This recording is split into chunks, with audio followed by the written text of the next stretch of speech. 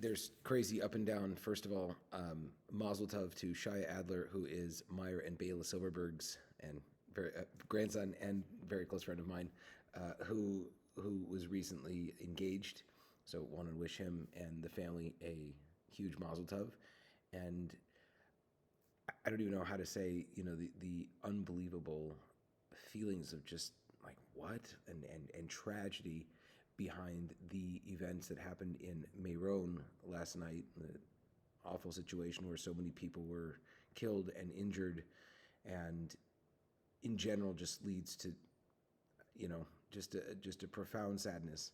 And it's interesting also in a lot of ways to see how deeply connected the Jewish people are around the world, that all of the events and just it impacts people. And for our greatest joys and our greatest tragedies, there is a common theme of unity amongst the Jewish people, which we should only continue to grow, and only for good things.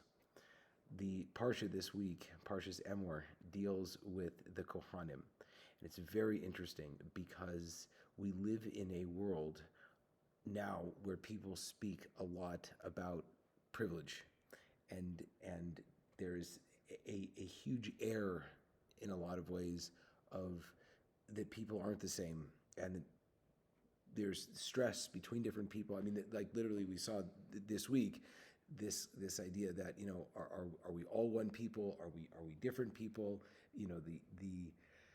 The approach that so many people look at America is one of either tremendous sadness at all of the racial injustice, or people looking at it and saying, yes, there's tragic moments in history, but overall, like, the system is great, and everyone is together.